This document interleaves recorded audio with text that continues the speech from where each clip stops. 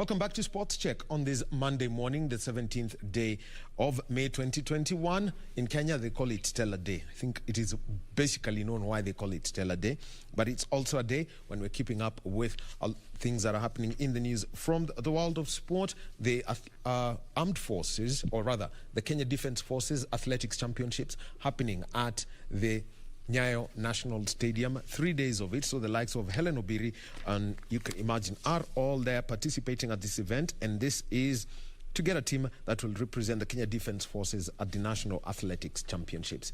And also later this afternoon, a very important aspect, and this is a broadcast that's going to be on KBC Channel 1. Let me pick it up here. It's Wajir Governor Mahmoud Abdi to know if his impeachment will be confirmed by the Senate.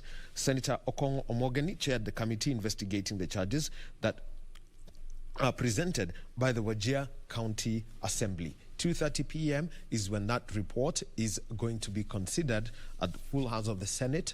2:30 p.m. about the impeachment of Wajir Governor Mahmoud Abdi. Time to get into a conversation about football, and this is from mainly about the extravaganza that we had over the weekend. And yesterday we had the Orlando Pirates. They were playing against Raja Casablanca, and this was in the CAF Confederation Cup. And this is a story about South African clubs. They never really had, you know, when you look at the pedigree of Orlando Pirates, for African champions when they had the likes of Macfish playing in their side, but later coming to play in the second-tier competition against Raja Casablanca, two big names. Your take on that game, John? Well, I think Orlando Pirates should have won this. I know that they drew 1-1, and now it's going to be a really hard, hard second leg for them. But again, it's time for South African football, using the name of Orlando Pirates, to rise above what I would think is really great North African opposition. Well, we'll be talking about North African opposition later, but first, Cotton Sport Garou against Giraffe of Senegal at the quarterfinal stage. Giraffe, the story they've given this season is that they're not just any pushover. Yeah, they're not. And I mean, going away to Cotton Sport and just losing 1-0 shows you just how great they are and how much of a chance they have in the second leg, because suddenly they go at home and win 2-0 or 1-0, then takes it to extra time and penalties. It gives them, a higher edge. Sfax playing against JS Kabili winning by goal to 0. I would say this is the most disappointing result for them. Or rather, of the 8 teams that took part in the quarterfinals, every team either won at home or drew. For them, they've given Kabil an away goal. Now it's even a higher task for them away to try and get 2 goals. Then Pyramids versus Enyimba. Moneybags of Africa, the real moneybags of African football at the moment, we can say. Yeah, they are. But winning 4-1 against Enyimba, this looks like it's the end of the road for this? I think so. I think it's the end of the road for Enyimba. I said last week that Enyimba have a chance to get back to the pinnacle of African football. Doesn't look like it is now, because 4-1, and you're going away to Pyramids, a team that is beating Al Ahly and Zamalek for fun in Egypt. It's going to be really hard. Right. Yes, and the CAF Champions League. Remember, on Friday night, there was the match between MC Alger and Wydad Casablanca. It ended 1-1, but this top competition, the CAF Champions League, has got a very interesting story that's being told before we get to the particular results. With the exception of this draw, everything else looked like a convincing result for the other 3 teams. Yeah, absolutely. I mean, the strength of the teams plays out even right before the game. Just looking at the team sheets as they are, I didn't really see this coming to 1-1, I would say. I thought it would be close to 1 or 1-2. But as it is, then now it makes the second leg really, really interesting. Which way would it go? It's hard to call it, but why did have an away goal? Now the onus is on Alger to get an away goal. And at Wydad, you know how it goes. They would score an early goal, pack it. So I would say Wydad advantage. Simba Kanyashewa, Kakaa Paka. Now, Kaizer Chiefs getting a 4-0 win over Simba Sports Club. The kind of hype that goes around Simba, Haji Manara, they're coming, actually almost looks like, what would you call him? He's more like the a secretary general of a political party. Yes. That's where that's kind of thing that he plays when you hear him speak about Simba. I think he brings a lot of life to what Simba Football Club has been. He's giving them this really nice, huge package of a voice that now projects the belief of Simba Football Club.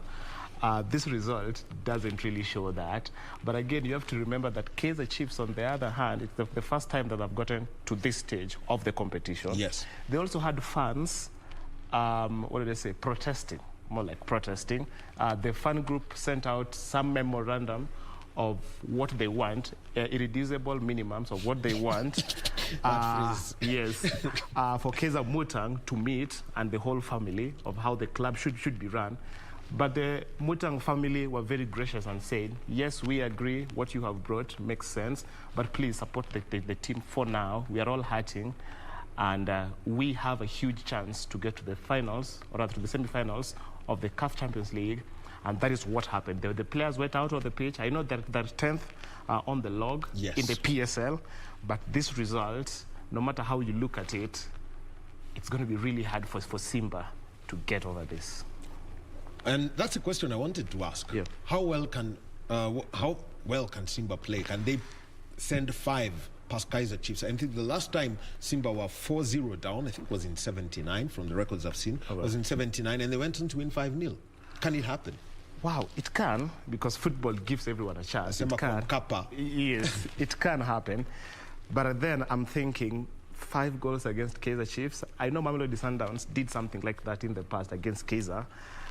It's going to be really, really hard. I would give it Simba outright win, but getting 5 goals, that would be really calling it too far.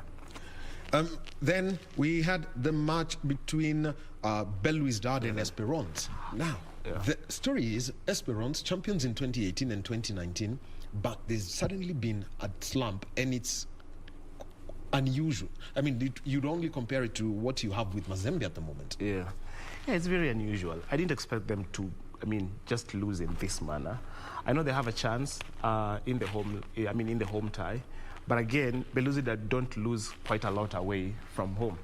So I think for Esperance, they really need to go back to the drawing board, look at what they have, and my point would be, they look at those players that they have, got into their team over the last 2-3 seasons, and try and see how they can strengthen that squad. But as it is now, I don't think it's a really good squad to go on and win the CAF Champions League. Looking at teams like Al Ahly and what they have in just, manpower alone, it's really hard.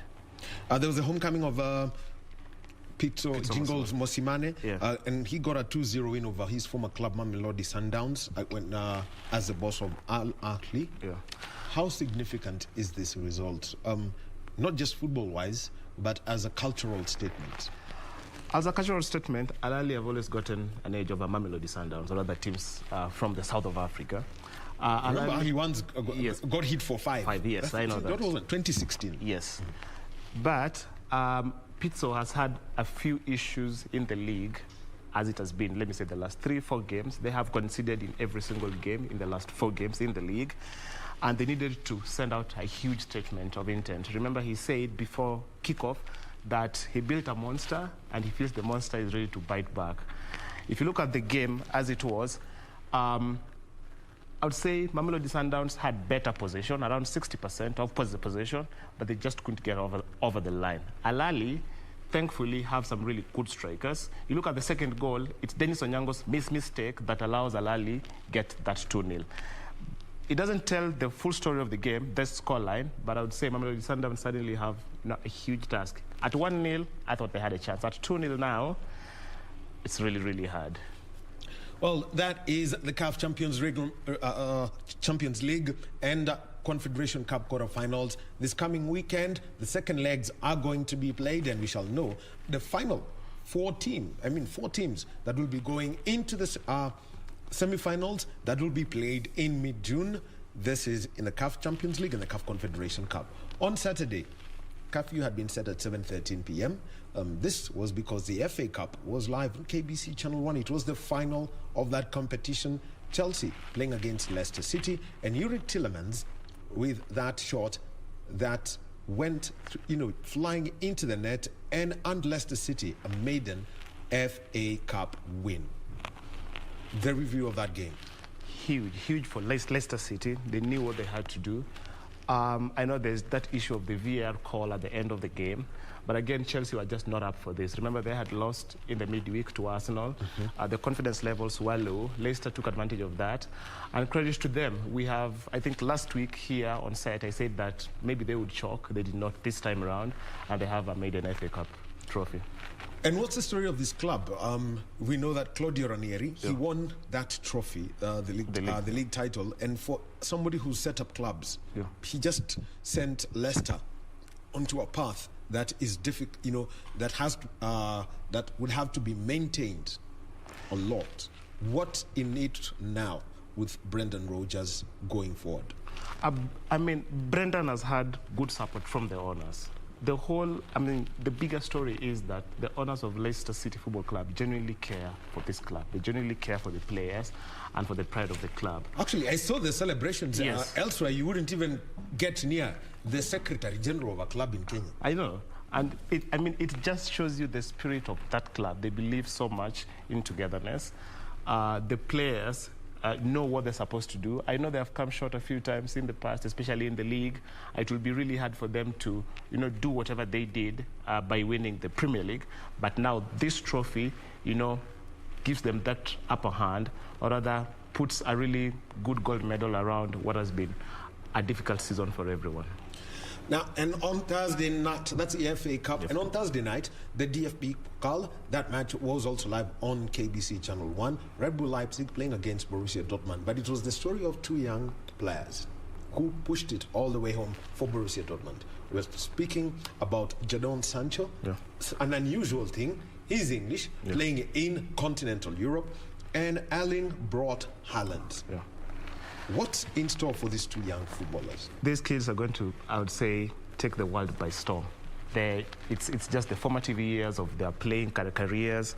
Looking at Haaland, every big team is now, looking at him. The Man Cities, the Barcelonas, the Real Madrids, all really want him to come to their side. Sancho as well. I remember Sancho was originally at Manchester City. They let him go. A lot of pundits said that an English player in the German league wouldn't really make it big, but look at them now, winners of DFB Pokal, and suddenly you are thinking, because their manager is going away to Bayern Munich, they're looking at big-time money in the future because they might be going that way. Eventually, if you look at this young side, and for Borussia Dortmund, then with players like Haaland and also with Sancho, is there a risk that Bayern Munich could do their thing, which is basically wait for you to flourish and then sign you up?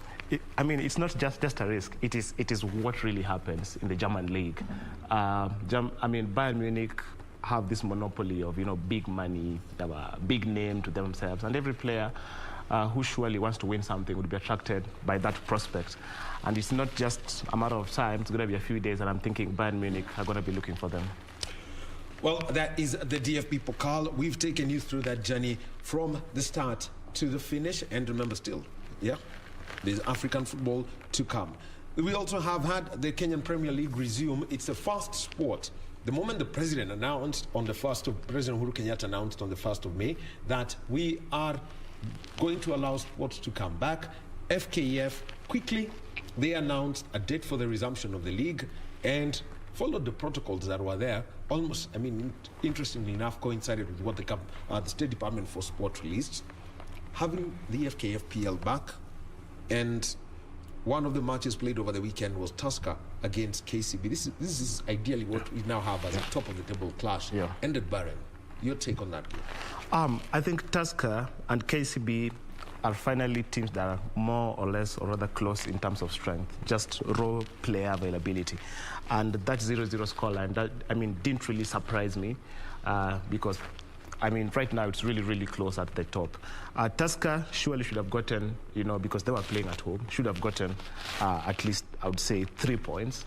But as it is, 1 point, it's okay, they get going. Bandari drawing with Bidco United, that was unusual. Yeah, very unusual. Bidco, first season in the league. I would have expected them to go to Bandari and get thumped like, every other team that is promoted into the league comes down there. But then, credit to Bidco, they're finally getting it, their acts together. All right, Leopards 1-0 winners over Nzoia? I think that's how you get to the top of the league and try and win it. AFC Leopards in the past were losing such type of games or drawing them. Now, grinding it out 1-0, doesn't matter, 3 points on the board.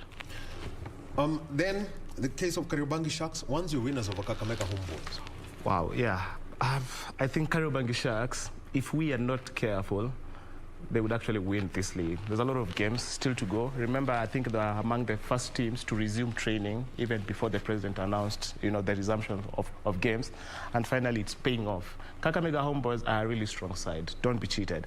And to come here and get beaten 1-0, it just shows you how much, strength they have put in to try and, match Kariobangi Sharks.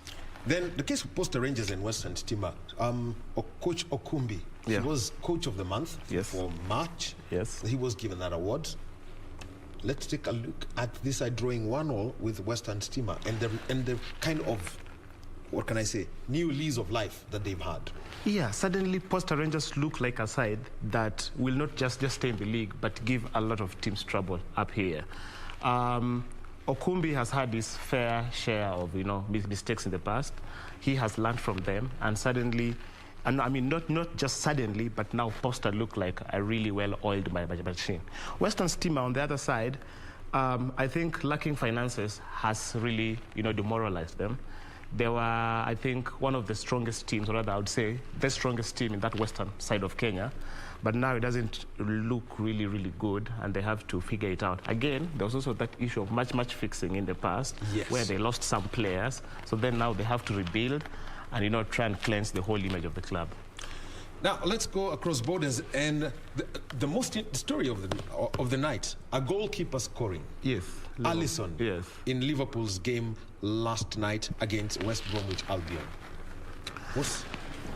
Wow.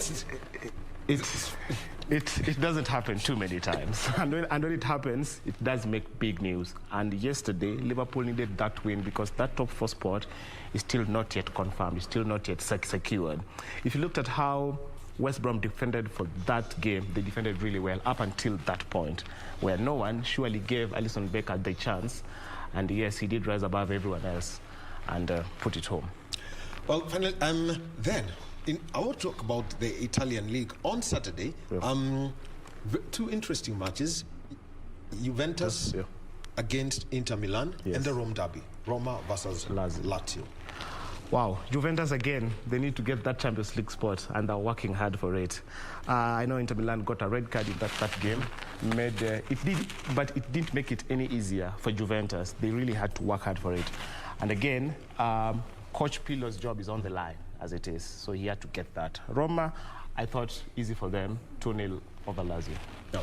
John Aggrey Otieno, he's a football data analyst. Thank you for your analysis on football. Well, it's time for me to leave. And your great conversations about motorsport. Remember, KBC is your true sports partner, the WRC Safari Rally, live on KBC Channel 1 from the 24th of June to the 27th of June, and also the backstories and the stories that will come after the WRC Safari comes back to Kenya for the first time in 19 years. Stay tuned, because we'll be giving you full updates on that. My name is Daniel Wahome. On behalf of the team that put this program together, we'll say thank you very much. And to you, the viewer, thank you for being with us. Our sign language interpreter this hour has been Anastasia Ongeshi. Have a good afternoon. Coming up next is Nancy Okware on Tamrini.